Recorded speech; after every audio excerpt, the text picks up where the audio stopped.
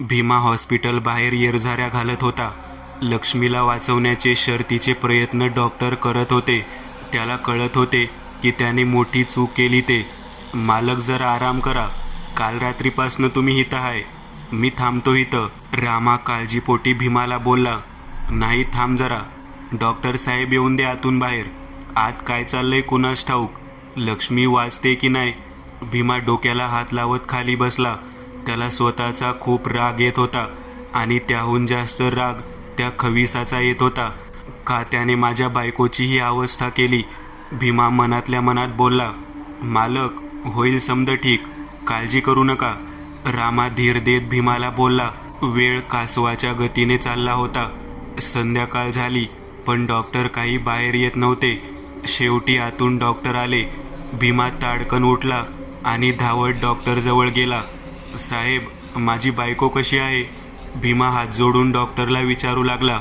हे बघा, आता तिच्या जीवाला धोका नाही, पण तिचं जवळपास अख्खं शरीर जळलं आहे. डॉक्टर बोलले. पण ती जगल ना. भीमा रडक्या आवाजात डॉक्टरला बोलला. जगेल, पण आता पहिल्यासारखी राहिली नाही. आयुष्यात कधीही ती आरशासमोर उभी राहू शकत नाही, अशी तिची परिस्थिती झाली आहे. आम्ही आमच्याकडून सर्व काही केलं, आता देवच तिला या परिस्थितीतून बाहेर येण्यास मदत करू शकतो. डॉक्टर भीमाला धीर देऊन निघून गेले. भीमा जमिनीवर कोसळला आणि ढसाढसा रडू लागला.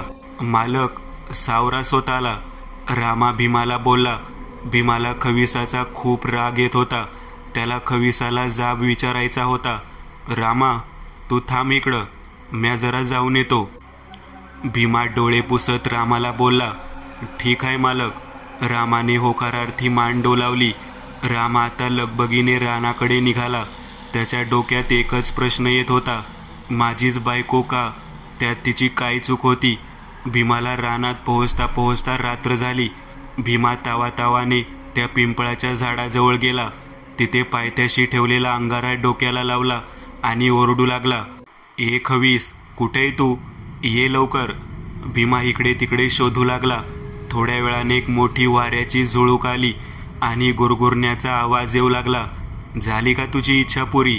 पिंपळाच्या झाडावरून आवाज येऊ लागला. भीमाची नजर वर गेली. तिथे एका फांदीवर एक पांढरी आकृती पाय सोडून बसली होती. मला तुला जाब विचारायचा आहे. भीमा ओरडला. आता गुरगुरण्याचा जोरात आवाज येऊ लागला. काय झालं. खवीस जोरात किंचाळला. तू माझ्या बायकोची अशी अवस्था का केलीस. भीमा बोलला. मी तुला आधीच समजावलं होतं, तुला जी गोष्ट पाहिजे असेल ती मी तुला देईन, पण ती गोष्ट मी दुसऱ्याकडून हिरावून घेईल. खवीस हसत हसत बोलला. पण मग ती गोष्ट माझ्या बायकोकडूनच का घेतली. तुला दुसरं कोणी मिळालं नाही का. भीमा रागाच्या भरात बोलला. हे बघ, लक्षात ठेव, बायको, पोरं, आईबाप ही नाती तुम्हाला असतात, आम्हाला नाही. आर पण तिची काय चूक होती. भीमा मेटाकुटीला येऊन बोलला. चूक तर पार्वतीची पण नव्हती, चूक तुझी होती. खवीस बोलता बोलता जोरजोरात हसू लागला. बरं ठीक आहे, इथून पुढे मी तुला काय बी देणार नाही. तुझं समद बंद आता. भीमा तावातावाने बोलला. भयान शांतता पसरली. झाडावर बसलेल्या खविसाने खाली बघितलं. त्याचे डोळे लालबुंद झाले होते. गुरगुरण्याचा आवाज वाढू लागला. बघता बघता खविसाचा एक हात लांब लांब होऊन भीमाच्या दिशेने येऊ लागला. भीमा पुढचं दृश्य बघून स्तब्ध झाला. खविसाचा वाढत असलेला हात बघून भीमा घामाघूम झाला. खविसाच्या हाताने भीमाच्या गळ्याला पकडून वर खेचू लागला. भीमा त्याला प्रतिकार करू लागला, पण त्याचं काही चालेना. थोड्या वेळात खविसाचा तो हात भीमाला खविसाजवळ नेऊ लागला. आता भीमा हवेत तरंगत होता. भीमाचा चेहरा आता खविसाच्या तोंडाजवळ आलेला. खविसाचा चेहरा अतिशय भयंकर दिसत होता. काय बोललास तू. खवीस भीमाच्या डोळ्यात डोळे घालून बोलला. खविसाचे ते लालबुंद डोळे बघून भीमा घाबरला. भीमाला खविसाच्या तोंडातले भयंकर दात दिसत होते. गुरगुरण्याचा आवाज तर सहन करण्यापलीकडे झाला होता. तू मला खायला देणार नाहीस, आता मी तुला खातो. खवीस हसत हसत बोलला. हळूहळू खविसाचा जबडा उघडू लागला. भीमा हळूहळू खविसाच्या जबड्याजवळ येऊ लागला. त्याला भीतीने काय करायचं ते सुचतच नव्हतं. आता खविसाचा जबडा एवढा उघडलेला की एक अख्खं माणूस त्यात जाऊ शकतो. भीमाचं अर्ध डोकं त्या जबड्यात जातं. थांब थांब, चुकलो मी, मला माफ कर. भीमा जीवाच्या आकांताने जोरात ओरडू लागतो. आता भीमा जबड्यात जाण्यापासून थांबतो.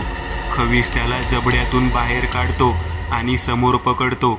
मी चुकलो, मी तुला बक्षीस देत जाईल, मला माफ कर. भीमा खविसाकडे विनवणी करू लागला. तुला मी आधी सांगितलेलं, जर तू मला भक्ष द्यायचं बंद करशील तर मी तुला भक्ष बनवेल. खवीस जोरजोरात हसत बोलू लागला. मला क्षमा कर, मी चुकलो, मी देईल तुला भक्ष. भीमा खविसाकडे गयावया करू लागला. बरं ठीक आहे, मी सोडतो तुला. खवीस भीमाला जमिनीवर सोडतो. बोलतो, पण एक कायमस्वरूपी लक्षात ठेव, ज्या दिवशी तू भक्ष बंद करणार त्या दिवसापासून मी सर्व तुझ्याकडून हिसकावून घेणार आणि तुला भक्ष बनवणार. खवीस भयानक आवाज काढत बोलला. भीमाने होकारार्थी मान डोलवत रानातून माघारी फिरला. त्याला कळून चुकलं की खविसाला सांभाळून त्याने खूप मोठी चूक केली. ते लक्षात ठेव, दर अमावस्येला भक्ष भेटलं पाहिजे, नाहीतर तू माझा भक्ष. खवीस मागून जोरजोरात किंचाळत होता. दिवसामागून दिवस जात होते. भीमा आतून खचला होता. भीमाची बायको अंथरुणाला खिळून होती. भीमाला लक्ष्मीची अवस्था बघवत नव्हती. भीमा आता पहिल्यासारखं खविसाला काही मागत नव्हता. भीमाला त्याची चूक कळत होती, पण सुधारायची कशी हे कळत नव्हतं. भीमा अशी चूक परत होऊ नये म्हणून काळजी घेत होता, पण विधात्याने काही वेगळंच लिहिलं होतं. भीमाच्या आयुष्यात अशाच एका दिवशी वाड्यात भीमा बसला होता. रामा धावत धावत वाड्यात आला. मालक, मालक, रामा घाबरत घाबरत बोलला. काय झालं रामा, कशापायी एवढा घाबरलाय? भीमा रामाला काळजीपोटी बोलला. मालक, धाकल्या धनीचा अपघात झालाय, लय जबर मार लागलाय त्यासनी. रामा रडत रडत बोलला. हे ऐकता जणू भीमाच्या पायाखालची जमीन सरकली. काय बोलतोस तू रामा, तुला माहीत आहे ना, अरे तो तर तालुक्याला गेलाय. भीमा रागाने लालबुंद होऊन बोलला. मालक, मी खरं बोलतोय, खरंच धाकल्या धनीला खूप लागलंय. माणसांनी त्यांना तालुक्याच्या हॉस्पिटलला नेलंय, आत्ताच गावातली माणसं बोलली. रामा भीमाला बोलला. रामा गाडी काढ, चल लवकर जाऊ. आणि हो, लक्ष्मीला हे कळू देऊ नकोस, तिला हे सहन होणार नाही. भीमा रामाला बोलला. तू गाडी चालू कर, मी आलोच लक्ष्मीला भेटून. भीमा रामाला बोलला. भीमा लक्ष्मीजवळ आला. मनातल्या भावना मनात दाबून तो बोलला. लक्षे, ये लक्षे, मी जरा तालुक्याला जाऊन येतो. हाताचा इशारा करून लक्ष्मीने भीमाला का म्हणून विचारलं. बिचाऱ्या लक्ष्मीला गळ्याला भाजल्यापासून साधं बोलताही येत नव्हतं. काम आहे, जरा तू काळजी घे, मी आलोच. भीमा लक्ष्मीच्या डोक्यावर हात फिरवत बोलला. तेवढ्यात गाडीच्या हॉर्नचा आवाज आला. मालक, चला लवकर, रामा हाक मारत होता. भीमा लगबगीने गाडीत बसला आणि तालुक्याला निघाला. गाडीत बसल्यावर भीमाच्या डोक्यात नाना प्रकारचे प्रश्न पडू लागले. कसं असेल माझं बाळ? भीमाच्या डोळ्यातून नकळत अश्रू बाहेर आले. मालक, काय नाही होणार धाकल्या धनीसनी. रामा धीर देत भीमाला बोलला. कधी एकदा गाडी हॉस्पिटलला पोहोचते असं झालेलं. थोड्या वेळात गाडी हॉस्पिटलच्या बाहेर पोहोचते. भीमा धावत धावत हॉस्पिटलमध्ये जातो. मॅडम, आकाश पाटील, माझं पोरगं कुठे? भीमा रिसेप्शनला विचारतो. अपघाताची केस काय? रजिस्टरमध्ये बघून नर्स भीमाला विचारते. होय होय, तोच मॅडम, भीमा कळकळीने सांगतो. त्याच पहिल्या माळ्यावर ऑपरेशन चालू आहे, तुम्ही वरती जावा. नर्स वरच्या माळ्यावरच्या दिशेने इशारा करत भीमाला बोलते. भीमा धावत धावत ऑपरेशन थिएटरच्या बाहेर पोहोचतो. खिडकीतून आत बघतो. त्याच्या पोराच्या नाकात नळ्या टाकल्या होत्या. 4-5 डॉक्टर त्याच्या आजूबाजूला धावपळ करत काहीतरी करत होते. अधूनमधून आकाश रक्ताच्या उलट्या करत होता. आकाशच्या छातीची धडधड वाढत चालली होती. भीमाला त्याच्या पोराची ही अवस्था बघवत नव्हती. भीमाला भोवळ आली आणि भीमा तिथेच खाली पडला. रामाने धावत धावत जात भीमाला पकडलं आणि त्याला एका जागी बसवले. का होते हे माझ्याबरोबर? मी काय केले कुणाचं? का माझ्या पोराची ही अवस्था? भीमा जोरजोरात ओरडत रडू लागला. रामा भीमाला सावरण्याचा प्रयत्न करू लागला. थोड्या वेळाने भीमा शांत झाला. आता वाट होती ती ऑपरेशन संपायची. थोड्या वेळाने डॉक्टर बाहेर आले. डॉक्टर, कशी आहे माझ्या बाळाची हालत? भीमा हात जोडून डॉक्टरला बोलला, आम्ही आमच्याकडून प्रयत्न केलेत. तुमच्या पोराचं जगणं कठीण आहे. पुढचे 24 तास महत्त्वाचे आहे. जर का तो शुद्धीवर आला नाही तर मात्र काही सांगता येणार नाही. डॉक्टर भीमाला धीर देत बोलले, डॉक्टर, काय पण करा, पण त्याला बरं करा. पाहिजे तेवढे पैसे टाकायला तयार आहे मी, पण त्याला बरं करा. तो कसाही असला तरी चालेल. भीमा डॉक्टरांच्या पाया पडत गयावया करू लागला. हे बघा, आम्ही आमच्याकडून प्रयत्न केले आहेत. आता सर्व देवाच्या हातात आहे. डॉक्टर भीमाला उठवत बोलले. रामा भीमाला बाजूला घेऊन बसवतो. आता भीमाच्या डोक्यात डॉक्टरचा एकच वाक्य येत होतं, तुमच्या मुलाला देवच वाचवू शकतो. भीमाचा देवावर विश्वास नव्हता, पण त्याला माहीत होतं की त्याच्या पोराचे प्राण एक जण वाचवू शकतो, तो म्हणजे खवीस. होय, खवीसच माझ्या पोराला वाचवू शकतो. भीमा मनातल्या मनात बोलू लागतो, पण खवीसाने माझ्या बायकोची अवस्था केली, आणि जर का मी माझ्या मुलाचा जीव मागितला तर तो काही भयानक करणार नाही ना? भीमाच्या डोक्यात शब्दांचे युद्ध सुरू झाले. त्याचं एक मन बोलत होतं की खवीसाकडे जावे, आणि दुसरं मन त्याला अडवत होतं. भीमा ताडकन उठला आणि ऑपरेशन रूम बाहेर पोराला बघितलं आणि मनातल्या मनात निर्धार केला, काही झालं तरी माझ्या पोराचा जीव मागायला त्या खवीसाकडे जाणार. भले त्याने माझा जीव घेतला तरी चालेल. मला माहीत आहे माझ्या पोराला देव नाही वाचवू शकत. वाचवू शकतो तो फक्त आणि फक्त खवीस. होय खवीस. रामा, तू एक काम कर, तू इथंच थांब आणि वाड्यावर फोन करून सांग लक्ष्मीची काळजी घ्या म्हणून. मी येतो लगेच. भीमा रामाला बोलला, मालक पण धाकलं धनी या अवस्थेत आहेत. माझ्या परास तुमची इकडं जास्त गरज आहे मालक. रामा भीमाला बोलला, रामा, तुला नाही कळायचं ते, तू इकडं लक्ष दे. भीमा रामाला बोलला, मालक मला सांगा, मी काम करतो, पण तुम्ही इथं थांबा. धाकल्या धनीच्या जीवाचं कधी पण बरं वाईट होऊ शकतं. रामा रडत रडत भीमाला बोलला, तुला वाटतंय ना माझं पोर वाचलं पाहिजे म्हणून, तर मला आता अडवू नकोस. मला जाऊन दे, आणि काय गरज पडली तर मला फोन कर, मी लगेच येईल. भीमा रामाला कळकळीने बोलला, बरं ठीक आहे मालक, मी थांबतो इथं, तुम्ही या लवकर. रामा भीमाच्या पाया पडत बोलला. भीमा हॉस्पिटलमधून गाडी घेऊन लगबगीनं निघाला. एव्हाना अंधार होत होता.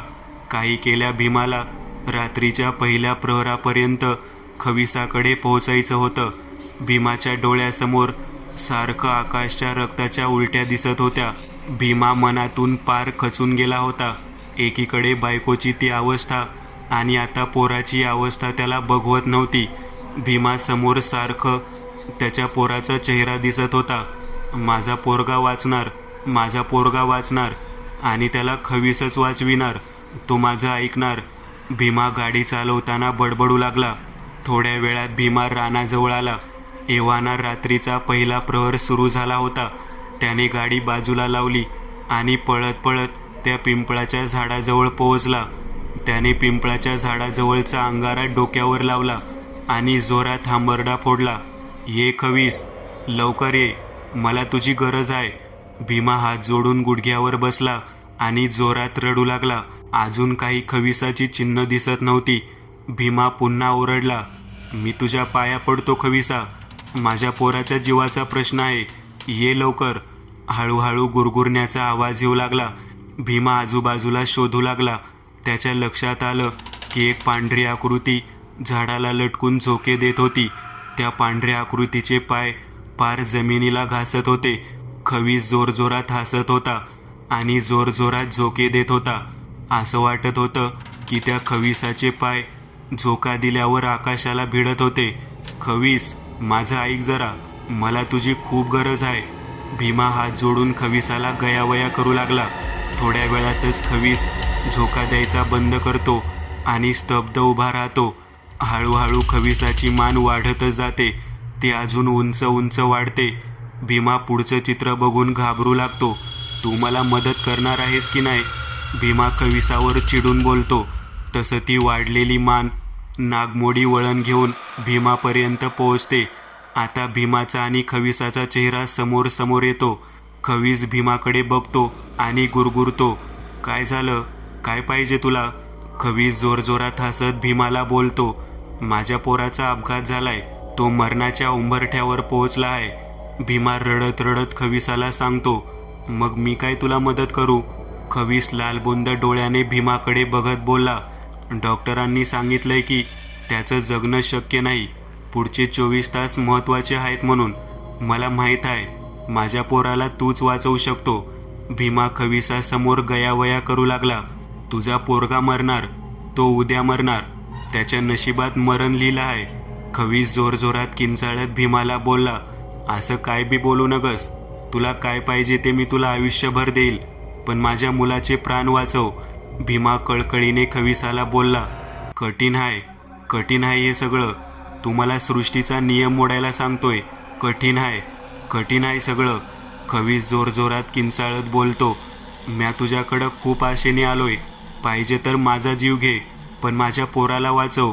भीमा खविसासमोर भीक मागतो. तुला मी अजून सांगतो, हे चुकीचं आहे म्हणून.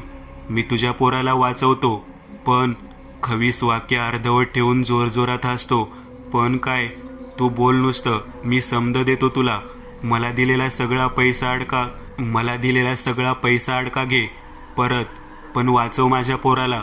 भीमा हात जोडून खविसाला बोलला, तुझ्या पैशा अडक्याने माझं काय बी होणार नाही. मी तुझ्या पोराचा जीव देईल तुला, पण मी कोणाचा तरी जीव घेईल. खवीस हसत हसत बोलला, म्हणजे म्या काही समजलो नाही. जीवाच्या बदल्यात जीव घेईल? भीमाला त्याच्या पोराच्या जीवासमोर काहीही सुचत नव्हतं. भीमा भान हरपून बसला होता. त्याला फक्त आणि फक्त त्याच्या पोराचा जीव दिसत होता. चालेल, तुला काय करायचं आहे ते कर, पण मला माझ्या पोराचा जीव दे. भीमा रडत रडत खविसाकडे भीक मागतो, वाचल, तुझ्या पोराचा जीव वाचल. खवीस जोरजोरात किंचाळत होता, पण कसा? भीमा खविसाला बोलला, एक काम कर, झाडाजवळचा अंगारा उचल आणि तुझ्या पोराच्या कपाळाला लाव, म्हणजे त्याचा जीव वाचेल. पण अजूनही लक्षात ठेव, जीवाच्या बदल्यात जीव. खवीस हसत हसत जोरजोरात किंचाळत होता. बर. भीमा खविसाला हात जोडून रानातून निघू लागला. लक्षात ठेव, जीवाच्या बदल्यात जीव, लक्षात ठेव. खवीस मागून जोरजोरात ओरडत होता. भीमा रानाच्या बाहेर येतो आणि त्याला फोन करतो, मालक, लवकर या इकडं, डॉक्टर बोलवतायत तुम्हासनी, अजून एक ऑपरेशन करायचं म्हणतायत. रामा फोनवरून भीमाला बोलला, तू घाबरू नगस, मी येतोय थोड्या वेळात, डॉक्टरांना थांबायला सांग, मी आलोच. भीमा रामाला धीर देत बोलला. आता भीमा लगबगीने हॉस्पिटलला निघाला. तो गाडी कोणत्या वेगाने चालवतोय हे त्यालाच कळत नव्हतं. त्याला लवकरात लवकर हॉस्पिटलला पोहोचायचं होतं. थोड्या वेळात भीमा हॉस्पिटलला पोहोचतो. डॉक्टर साहेब, काय झालं? भीमा डॉक्टरांना विचारतो. आकाशच्या मेंदूतून रक्तस्राव होतोय, त्याचं लगेच ऑपरेशन करावं लागेल. त्यासाठी तुमची सहमती पाहिजे होती. माझी आहे सहमती डॉक्टर साहेब, तुम्ही करा ऑपरेशन त्याचं, फक्त त्याचा जीव वाचवा. पण त्याआधी माझी एक विनंती आहे. कसली विनंती? ऑपरेशन आधी मला माझ्या पोराला हा देवाचा अंगारा लावू द्या, बस, अजून काय बी नाही बघा. ठीक आहे, लावा, आम्ही तयारी करतो. डॉक्टर भीमाला बोलून ऑपरेशनच्या तयारीला जातात. भीमा ऑपरेशन थिएटरमध्ये जातो. खिशातून आणलेला अंगारा आकाशच्या कपाळावर लावतो. आकाश, तुला काय बी होणार नाही, तुझा बाप अजून जिवंत आहे, तुला काय बी होऊ देणार नाही. भीमा निश्चित पडलेल्या आकाशकडे बघून बडबडतो, तुमचं झालं असेल तर बाहेर जावा, ऑपरेशन चालू करायचं आहे. नर्स भीमाला दम देते आणि बाहेर काढते. ऑपरेशन चालू होतं. भीमा ऑपरेशन थिएटर बाहेर येरझाऱ्या घालू लागतो. त्याचं मन कशातच लागत नव्हतं. त्याचा जीव कासावीस झाला होता. तासामागून तास जात होते, पण ऑपरेशन संपत नव्हतं. डॉक्टरांच्या लांबच लांब रांगा ऑपरेशन थिएटरमध्ये धावपळ करत होत्या. अधूनमधून एखादी नर्स धावत धावत बाहेर यायची, पण ती देखील भीमाला काही दाद देत नव्हती. थोड्या वेळाने ऑपरेशन झालं. डॉक्टर बाहेर आले. डॉक्टर साहेब, कसं आहे माझं पोरगं? भीमा डॉक्टरांना विचारतो. ऑपरेशन झालंय व्यवस्थित, पण अजून काही सांगता येत नाही. जर का तो लवकर शुद्धीवर आला तर तो जगेल. काळजी करू नका, होईल ठीक. डॉक्टर भीमाला धीर देऊन गेले. आता वेळ होती आकाशच्या शुद्धीवर येण्याची. भीमाचा खविसावर विश्वास होता. तो आता आकाश शुद्धीवर येण्याची वाट पाहू लागला. वाट पाहत पाहत भीमाला कधी डोळा लागला कळलंच नाही. मालक उठा लवकर, मालक उठा. रामा भीमाला जोरजोरात हलवत उठवू लागला. एव्हाना सकाळ झाली होती. काय झालं रे? भीमा रामाला बोलला. मालक, धाकलधनी शुद्धीवर आलेत, बघा लवकर. रामा आनंदाने उड्या मारत भीमाला बोलला. भीमा लगेच उठला आणि ऑपरेशन थिएटरच्या काचामधून आत बघितलं. आकाश आतून हात हलवून भीमाला इशारा देत होता. डॉक्टर धावत धावत येतात आणि आकाशला चेक करतात. डॉक्टर साहेब, आता तरी माझं बाळ ठीक आहे ना? भीमा डॉक्टरांशी बोलता बोलता रडू लागला. आता घाबरण्याचं काही कारण नाही, आता ह्याच्या जीवाला धोका नाही. डॉक्टर आकाशला चेक करून भीमाला बोलले. भीमा खिशातले पैसे काढतो आणि रामाला बोलतो. रामा, जा मिठाई दुकानात, अख्ख्या हॉस्पिटलात मिठाई वाट, माझं बाळ वाचले म्हणून सांग. रामा लगबगीने मिठाई आणतो आणि अख्ख्या हॉस्पिटलमध्ये वाटतो. मालक, समद्यासनी वाटली मिठाई, एक राहिली आहे, तुम्ही पण खावा. रामा भीमाच्या हातावर मिठाई ठेवत बोलला. तेवढ्यात भीमाला फोन येतो. भीमा फोन उचलतो आणि काही क्षणातच मोबाईल आणि मिठाई भीमाच्या हातून पडतो. भीमा स्तब्ध होतो. मालक, मालक, काय झालं मालक? रामा भीमाला जोरजोरात हलवून विचारतो, पण भीमा काही उत्तर देत नाही. रामा भीमाचा मोबाईल उचलतो आणि कानाला लावतो. हॅलो, कोण बोलतंय? समोरून आवाज येतो. अरे राम्या, आपली मालकीनबाई राहिली नाही बघ, मालकीनबाईनं जीव सोडला. समोरची व्यक्ती रडत रडत बोलली. अरे पण कसं झालं हे? रामा रडत रडत विचारतो. कोणीतरी मालकीनबाईला धाकल्या धनीच्या अपघाताबद्दल सांगितलं आणि मालकीनबाईनं त्याचाच धसका घेतला. समोरची व्यक्ती रडत रडत सांगत होती. अरे देवा! डोक्याला हात लावत रामा जोरजोरात रडू लागला. भीमाच्या डोक्यात खविसाचं एकच वाक्य घुमत होतं, जीवाच्या बदल्यात जीव घेणार. दिवस झपाट्याने जात होते. बायकोच्या निधनानंतर भीमा पार खचला होता. मुलगा वाचला, पण मेंदूला इजा झाल्यामुळे त्याला मध्ये मध्ये वेड्याचे झटके येत होते. त्याच्या इलाजाकरिता भीमाचा पैसा पाण्यासारखा वाहत होता, पण परिणाम मात्र शून्य. भीमाचा जरी गावात रुबाब असला तरी भीमा आतून खंगून गेला होता. दिवस जाता जाता भीमाच्या हातात सावरण्यासाठी कधी काठी आली हे त्याला कळलंच नाही. भीमा आता त्याच्या उतारवयात आला होता. त्याला त्याचं म्हणणारी माणसं अशी बोटावर मोजण्या इतकी राहिली होती. भीमाची सर्व कामे आता त्याचा घरगडी रामा बघत होता. रामा हा एकच विश्वासू माणूस भीमाकडे उरला होता. भीमाला आयुष्य नको नको वाटत होतं, पण काय करणार? मुलासाठी नाईलाजास्तव त्याला जगावं लागत होतं. 10 हत्तीचं बळ असलेला भीमा आता शक्तिहीन झाला होता. आता जर का फिरायचं असेल तर भीमाला रामाचा आधार घ्यावा लागत होता. भीमा आता म्हातारा होत चालला होता. भीमाने आता जगण्याची खोटी आशा सोडून दिली होती. त्याला माहीत होतं तो सापळ्यात अडकलाय, पण त्यातून निघायचा मार्ग मात्र त्याला दिसत नव्हता. आता भूतकाळ बघून भीमाला रडण्याशिवाय दुसरा पर्याय उरला नव्हता. भीमा वाड्याच्या पाळण्यावर बसला होता. रामा, ए रामा, जरा इकडे ये. भीमा रामाला हाक मारून बोलावत होता. आलो आलो मालक. रामा पळत येत भीमाच्या पायाजवळ बसला. रामा, जरा अमावस्या कधी आहे ते बघ जरा कॅलेंडरमध्ये.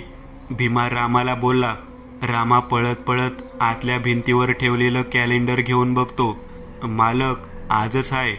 रामा कॅलेंडरमध्ये बघून भीमाला सांगतो. अरे देवा, तयारी करावी लागल आज. रामा चिंतेत येऊन बोलू लागतो. कसली तयारी मालक? रामा भीमाला विचारतो. तुला काय सांगू रामा, कसली तयारी ती? तू ह्यापासून दूरच राहिलास तर बरं होईल. भीमा हाताश होऊन रामाला बोलला. मालक, आधीच तुमची तब्येत पहिल्यासारखी नाही राहिली. तुम्हाला आता फार थकवा येतो. मला सांगा, मी काम करतो की? रामा भीमाचे पाय चोळत चोळत बोलला. नको, तू माझं काम करू नगस. मोठा सापळा आहे यो, मी निस्तारतोय, तू ह्यात पडू नगस. भीमा कळकळीने रामाला बोलला. बरं ठीक आहे, म्या नाही करत मालक, पण म्या तुम्हाला मदत करू शकतो का? रामा भीमाला बोलला. भीमाने पाळण्याला जोरात झोका दिला आणि विचार करू लागला. काय झालं मालक, बोला काहीतरी. रामा भीमाला बोलला. बरं ठीक आहे, आज रात्री मला मदतीला ये. भीमा जोरात श्वास सोडत रामाला बोलला.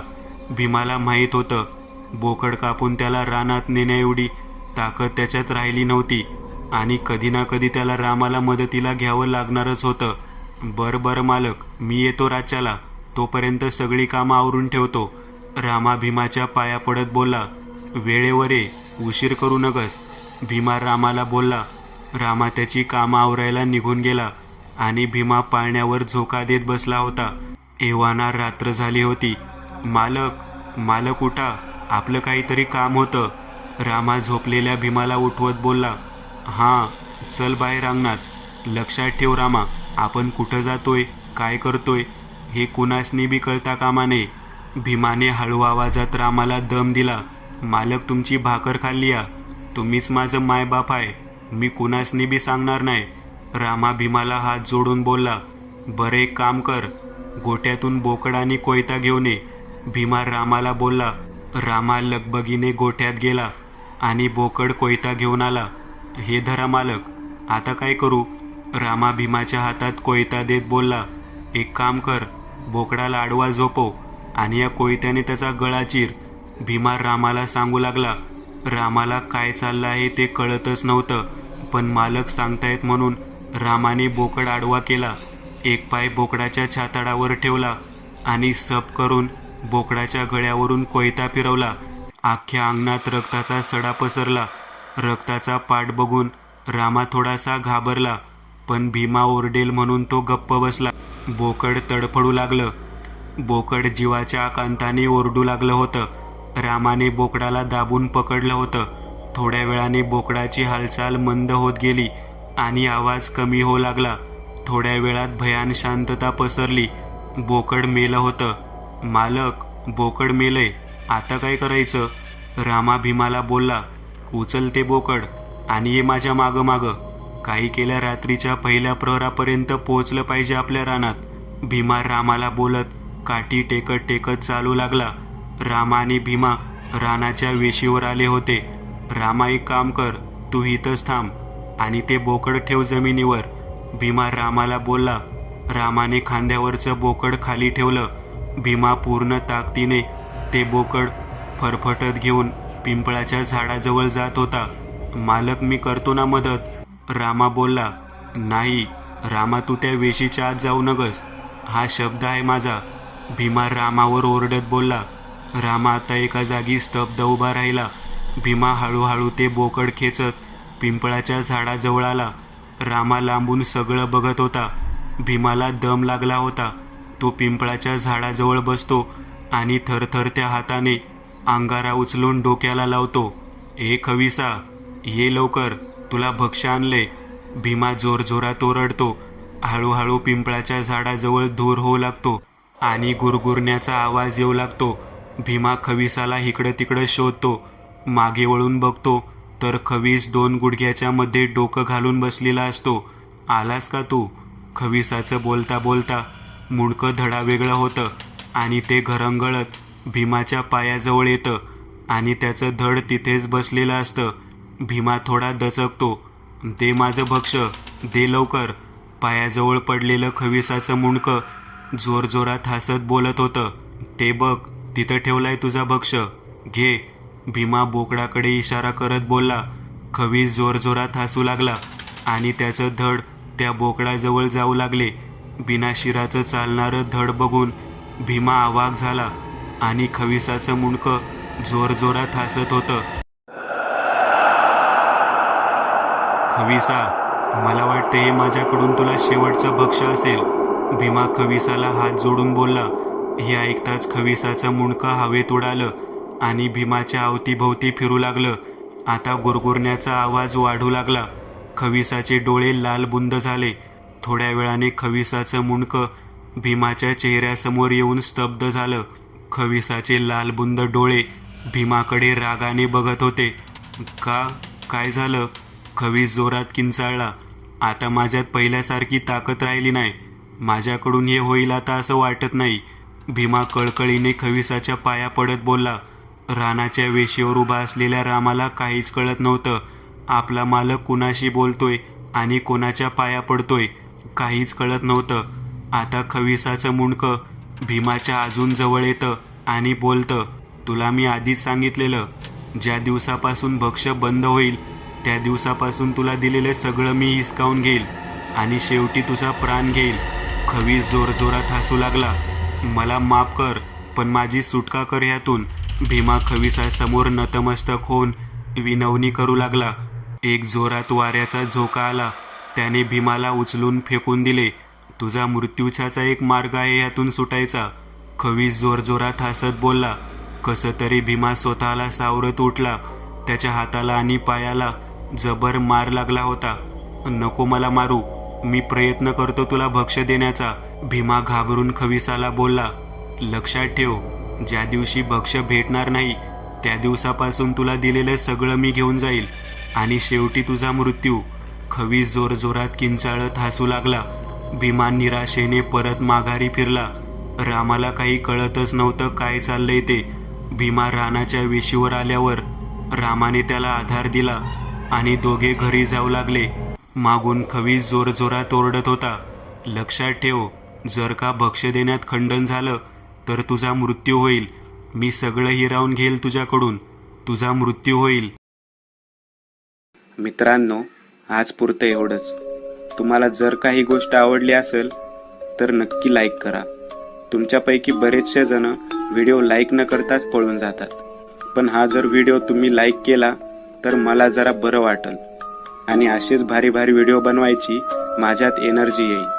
त्यामुळे नक्की लाईक करा आणि अजूनही कोणी या चॅनलला सबस्क्राईब केलेलं नसाल तर लगेच सबस्क्राईब करून टाका आणि बाजूची घंटी ती मात्र दाबायला विसरू नका.